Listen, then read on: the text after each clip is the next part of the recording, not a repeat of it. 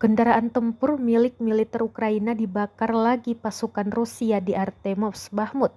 Kendaraan tersebut berakhir nahas setelah tersambar serangan proyektil Rusia. Rekamannya beredar di Telegram pada Sabtu 6 Mei 2023. Dalam keterangan unggahan disebutkan peralatan NATO dari Angkatan Bersenjata Ukraina berlanjut disikat habis di Artemovsk. Tak ada korban jiwa yang dilaporkan dalam serangan ini. Sebelumnya Ukraina merasa percaya diri pasukan Rusia semakin berkurang di kota Bakhmut dan menegaskan serangan balasan akan mereka lakukan. Pasukan Rusia pun dilaporkan berupaya mengepung Bakhmut sepenuhnya dengan mengirim hujan artileri ke jalur keluar Bakhmut. Rusia dilaporkan menembaki rute barat Bakhmut untuk memblokade akses keluar masuk pasukan Ukraina.